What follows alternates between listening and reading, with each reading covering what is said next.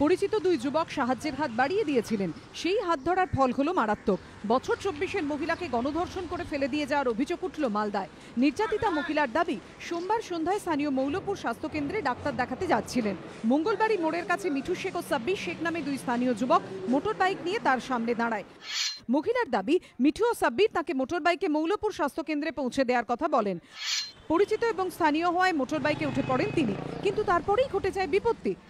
নির্যাতিতার অভিযোগ, মঙ্গলবাড়ির বদলে তাকে বাঁচামারি কলোনির একটি বাড়িতে নিয়ে যাওয়া হয়। সেখানে গলায় ভোজালি ঠেকিয়ে ধর্ষণ করে দুই যুবক। কোথায় যাবে আমি বলছি হসপিটাল, এবার হসপিটালের নাম দিয়ে আমাকে ধরে নিয়ে চলে গেছে ওরা অন্য জায়গা। কোথায়? ওই মির্জাপুরের ভিতরে।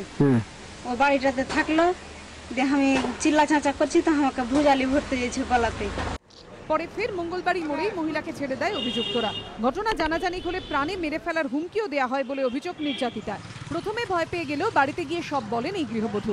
বুধবার সকালে পুরাতন মালদা থানায় দুই অভিযুক্তের নামে লিখিত অভিযোগ দায়ের করেন। কি করবো, আমি সমাজে মুখ দেখাতে পারছি না, তো আমি কি করে বাঁচবো? আমি ওর শাস্তি চাই। ঘটনার পর থেকেই পলাতক অভিযুক্ত মিঠু ও সাব্বির, তাদের খোঁজে শুরু হয়েছে তল্লাশি। অভিজিৎ চৌধুরীর রিপোর্ট, এবিপি আনন্দ, মালদা।